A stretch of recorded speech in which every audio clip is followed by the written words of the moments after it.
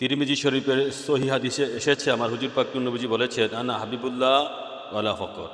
আমার হুজুর পাক নবী হচ্ছেন আল্লাহর হাবিব, মানে তিনি আল্লাহর প্রেমাস্পদ, আল্লাহর মাসুক, আল্লাহর আব্দু। কোরআনে পাকে এসেছে সুবহানাল্লাহ জি আসরা বি আবদিহি। আমার হুজুর পাক নবী আবদিহি শব্দের অর্থ হচ্ছে তিনি আল্লাহর মাসুক, তিনি আল্লাহর প্রেমাস্পদ, আল্লাহ যার প্রেমে পড়ে সব কিছু বানিয়েছেন।